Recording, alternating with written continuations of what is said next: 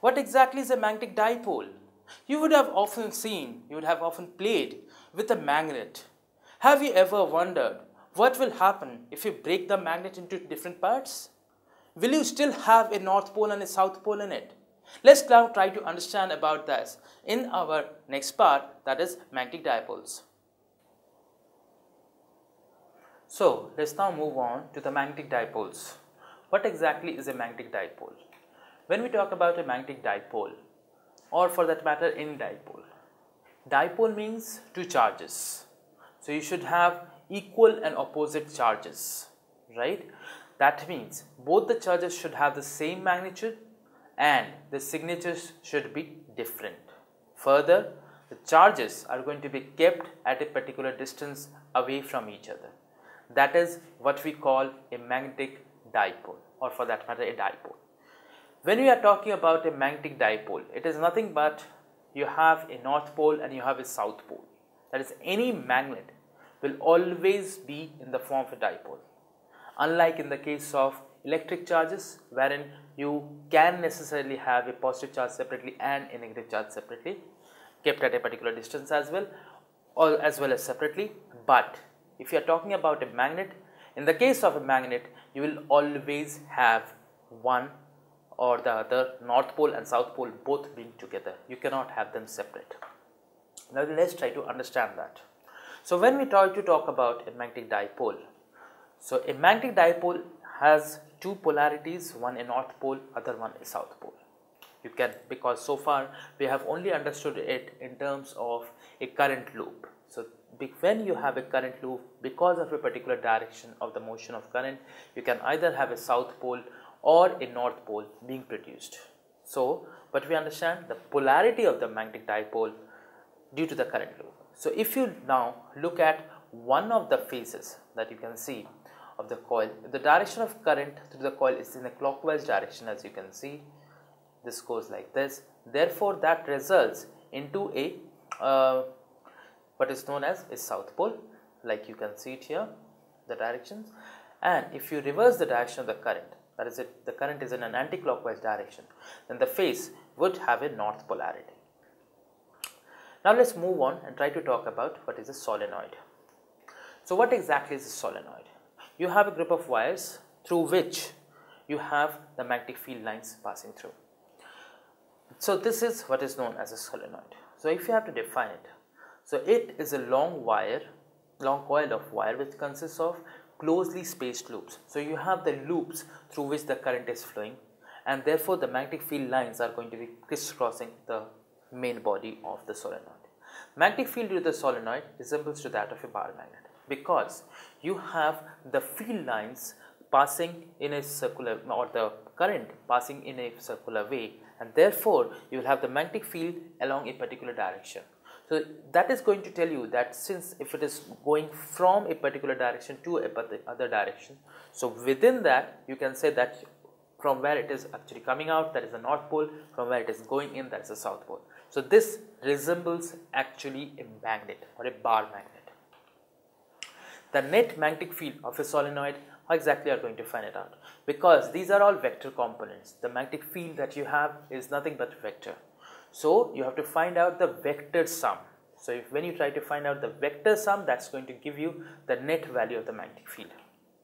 Moving further, the magnitude of the magnetic field inside a long solenoid is going to be given simply as B equals to mu naught Ni. So this can simply be found out by integrating over. If you have a long enough coil, so what exactly you can do here is that if you have a long enough coil like this, you are trying to find out the magnetic field here.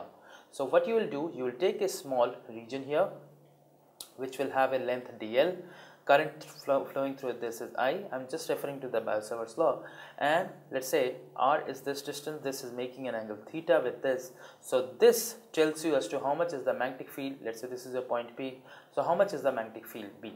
So dB, you know, is going to be given by mu naught by 4 pi, then you will have I dl sine theta over r square, correct?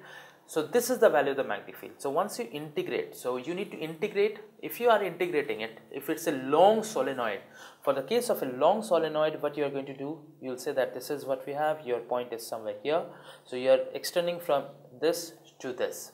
So effectively, the angles that you have, angles are going to be such that one point is 90 degree, other is going up to infinity. And that results into the net value of the magnetic field, which is given by this particular formula.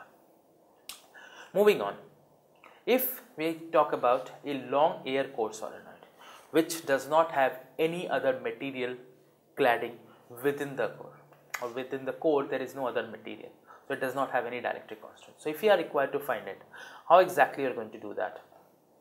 You see that this is the cladding through which the current loops are actually going to be like this. Now you take a cross section here and you take a cross section within it and one outside it. Okay. So if you have to find out, the total, how much is the amount of current or the magnetic field over a particular length. So what we are going to do, we'll try to find out B dot dl because of this particular current element. Therefore, we'll have B dot dl here. This is from P to Q. So let me just change the color so that it makes sense. So once is from P to Q, then we have from Q to R, then we'll have from R to S, and from S to P. So this is going to complete the whole circle. You can see that from P to Q, this is within this length. Okay. So if I say that this length is L and here there is a magnetic field produced. So magnetic field is B and dl is the length of the path. So B dl is along the same length. So you can simply say that this is equal to BL. For this particular part, the magnetic field and the lengths are perpendicular, and so will be for this part. So therefore, B dot dl is going to be 0. Further, outside this region, there is no magnetic field. So as a result, what will you get? The net value of magnetic field B dot dl, which is going to be within it. So the field outside the solenoid is going to be equals to 0. Using this, what will we get? Since this is equals to B into L, as we just found it out, but B into L is nothing but mu naught into I. This is what is the Ampere's circuital law, which we already know. So if I am saying that this is equal to the Ampere's circuital law, so what do I get as a result? I'll simply write it as mu naught into Ni. Just cancelling out all the remaining factors, so I'll get B equals to mu naught into Ni. Now what do we have here? B depends on N and I. So what does N stand for? N is nothing but the number of turns in that particular solenoid. And I, it's independent of the position. Where exactly you are trying to measure the magnetic field? It is independent of that. So the field inside the solenoid is going to be completely uniform. There is not going to be any non-uniformity in that. Further, if the solenoid is iron cored, means if within the solenoid you have an iron core in that case, what we are going to do, we'll say that B is going to be equals to mu into Ni. So that is what is going to be our net result. Here, mu R is what? Mu R is the relative permittivity of this core that we have. Further, when you are talking about the near ends of the solenoid, when you are not going so far away, so that is going to result into the field which is nearly half of the total.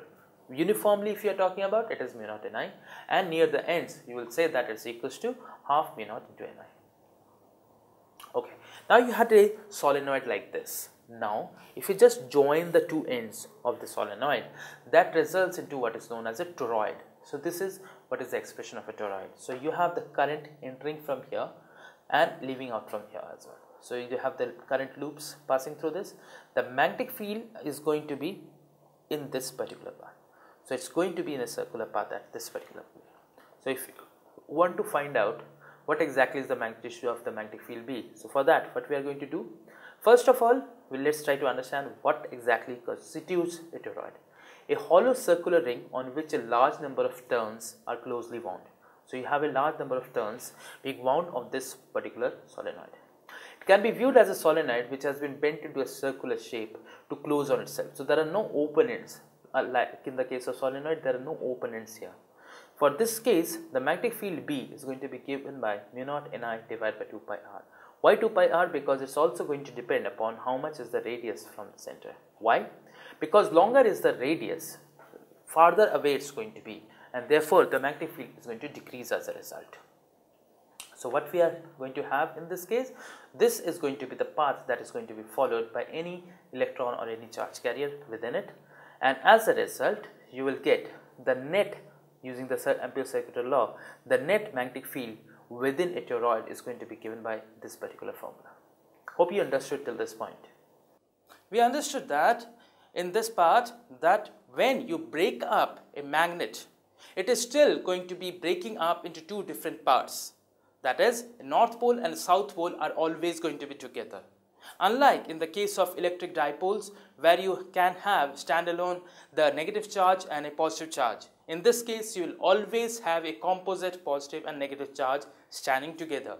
That is, what is a magnet? So a magnet always has a positive pole and a negative pole. That is what is a magnetic dipole. Now, if we try to generalize that and we have charges or currents that are flowing in a particular manner, that results into a current loop. And within a current loop, if you have magnetic field lines going in a particular direction, that results into what is known as a solenoid. We understood about the solenoid. But we saw that a solenoid has open ends. You have two open ends. Supposing you join those open ends, you get what is a toroid. Right? Hope you just understood about this. Now, we'll try to generalize this for the case when you have two current carrying conductors in which you have current flowing through them either in parallel or in anti-parallel directions. We'll try to understand about how much is the force that acts in them.